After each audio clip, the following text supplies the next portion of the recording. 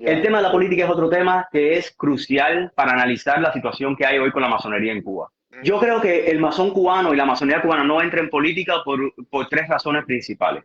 La primera razón es jurídica.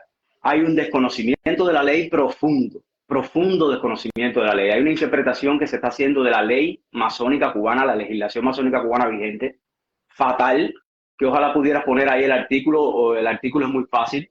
Es la legislación masónica cubana tiene varios libros. El libro uno, ujú, artículo ujú, uno, ujú. inciso 2 para los hermanos que nos estén oyendo. De Sí, nuevo, libro uno, que es la Constitución, sí, artículo uno, que son los antiguos los límites, antiguos límites. inciso 2, exacto, inciso 2.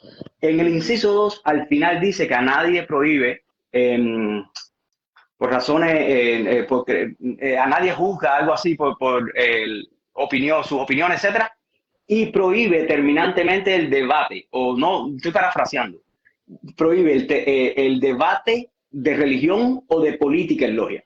So, debate. Voy La a, palabra ahí, me, ajá. me das un momento, me das un segundo que lo voy a leer. Lo voy a leer Ah, exactamente perfecto. lo que dice.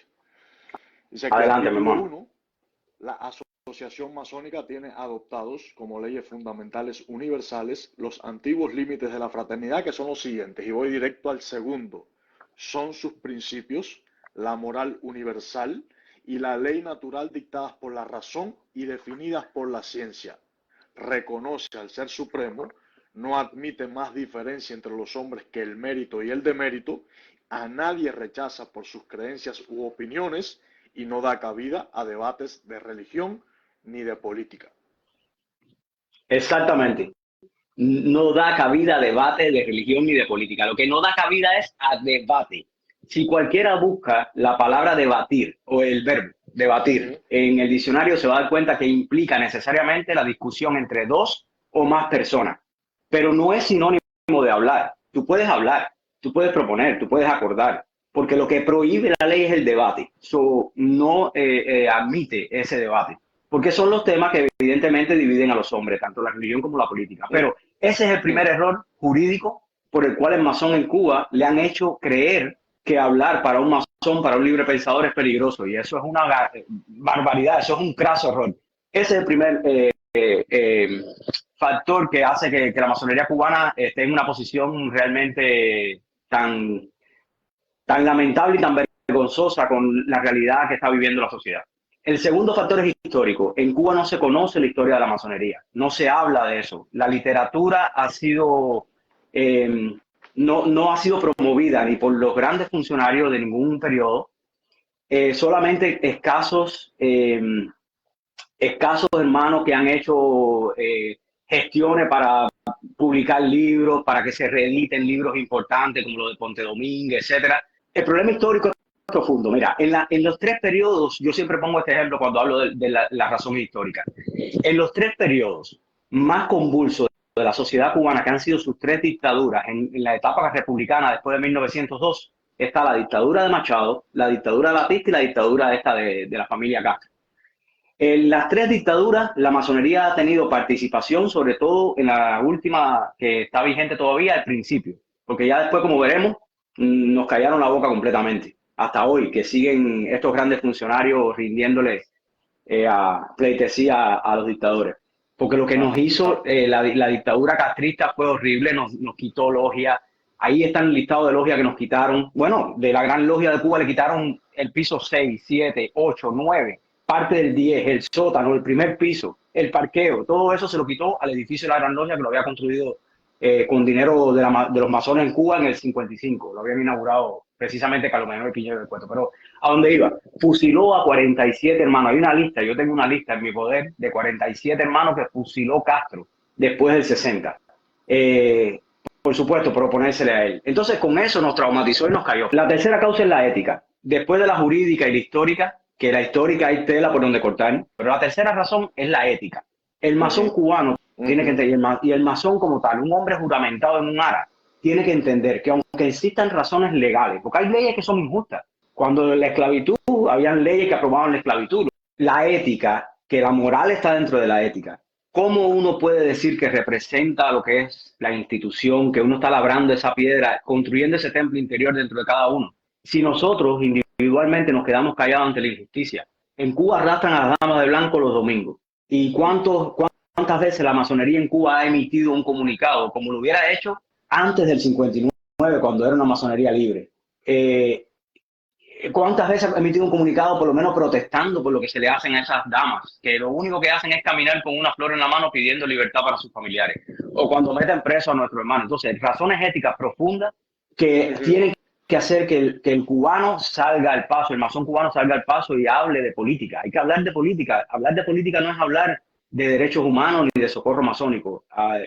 Hablar de política es hablar de partidismo. Entonces, nada, mi hermano, aunque la ley diga una cosa, aunque la historia hubiera dicho otra, que como vimos no es así, éticamente el masón cubano está obligado a dar el paso.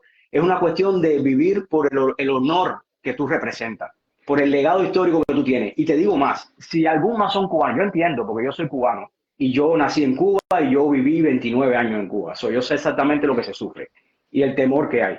Yo entiendo, si tú tienes miedo como individuo o como masón, a representar los principios de la masonería y le tienes miedo por razones X, no quieres ir preso o tu familia o lo que sea, perfecto, yo entiendo tu miedo, pero lo que no entiendo es cómo tú haces apología de unos principios y algo que tú no representas. Tú no representas la masonería. No te pongas más un mandil y menos un collarín.